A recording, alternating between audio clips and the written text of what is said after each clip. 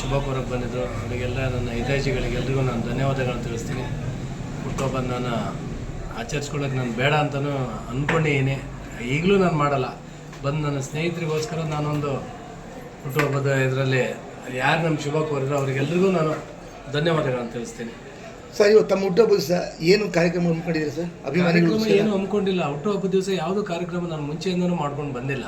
ನಾನು ಮಾಡೋದೇ ಬೇರೆ ದಿವಸಗಳಲ್ಲಿ ಕಾರ್ಯಕ್ರಮ, ನಮ್ಮ ಸಾಮಾಜಿಕ ಕಾರ್ಯಕ್ರಮ ಯಾವುದೇ ಇರಲಿ, ಒಂದು ಆರೋಗ್ಯ ಶಿಬಿರ ಇರಲಿ, ಒಂದು ಸ್ಕೂಲ್ ಮಕ್ಕಳಿಗೆ ಏನೇ ಒಂದು ಬುಕ್ಸ್ ಆಗಲಿ, ಬ್ಯಾಗ್ ಕೊಡೋದು ಯಾವುದೇ ಇದ್ರೂ ನಾವು ಹುಟ್ಟುದ ಹಬ್ಬದ ದಿವಸ ನಾವು ಮಾಡ್ತಾ ಇದ್ದಿಲ್ಲ. ಮುಂಚೆಯಿಂದಲೂ ಬೇರೆ ದಿವಸನೇ ಮಾಡ್ತಾಯಿದ್ದಿಲ್ಲ.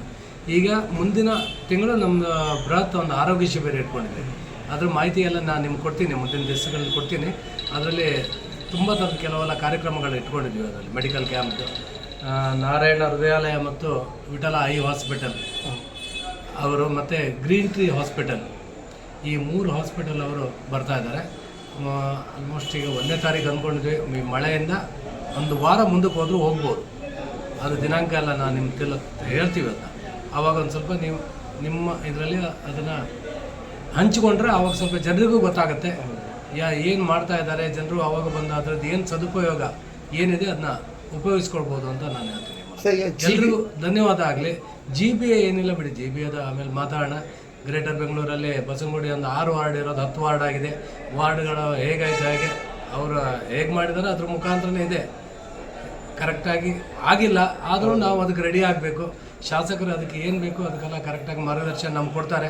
ಅವ್ರ ಮಾರ್ಗದರ್ಶನದಲ್ಲಿ ನಾವು ಅದು GBAಯಲ್ಲಿ 10 ವಾರ್ಡ್ನ ಕರೆಕ್ಟಾಗಿ ನಾವು ತಗೊಂಡು ಅದು 10 ವಾರ್ಡ್ಗಳಲ್ಲಿ ಭಾರತೀಯ ಜನತಾ ಪಾರ್ಟಿ ಜಯಬೇರಿ ಬಾರಿಸುತ್ತೆ ಅನ್ನೋದು ಈ ಮೂಲಕ ನಾನು ಹೇಳೋಕ್ಕೆ ಇಚ್ಛಿಸ್ತೇನೆ. ಸರ್, ತಮ್ಮ ಹುಟ್ಟುಹಬ್ಬ ಹೊರತುಪಡಿಸಿ ತಾವೊಂದು BJP ಮಂಡಲ ಅಧ್ಯಕ್ಷರಾಗಿ ಈಗ ಒಂದು ಕಾಂಗ್ರೆಸ್ದವರು ಒಂದು RSS ಒಂದು ಇದಕ್ಕೆ ಇದು ಮಾಡ್ತಾರೆ, ಅದ್ರ ಬಗ್ಗೆ ಏನು ಹೇಳ್ತೀರಾ ಸರ್? ಅದು ಏನೂ ಆಗಲ್ಲ ಸರ್. RSS ಒಂದು 100 ವರ್ಷದ್ದು. ಅದು 100 ವರ್ಷದಲ್ಲೇ ಯಾರೂ ಏನೂ ಆಗದೇ ಇರೋವಂಥದ್ದು.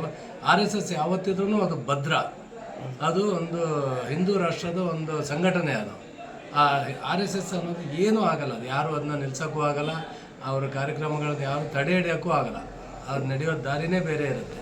ತಮ್ಮ ವೈಫಲ್ಯವನ್ನು ಮುಚ್ಚಿಕೊಂಡು ಒಂದು ಸುಮ್ಮನೆ ಒಂದು ಅಷ್ಟೇ. ನೀವು ಹೇಳೋದು ಕರೆಕ್ಟ್, ನೀವು ಹೇಳಿದ್ದೆ ಕರೆಕ್ಟ್. ಥ್ಯಾಂಕ್ ಯು, ಧನ್ಯವಾದಗಳು. ಎಲ್ಲರಿಗೂ ಶುಭವಾಗಲಿ.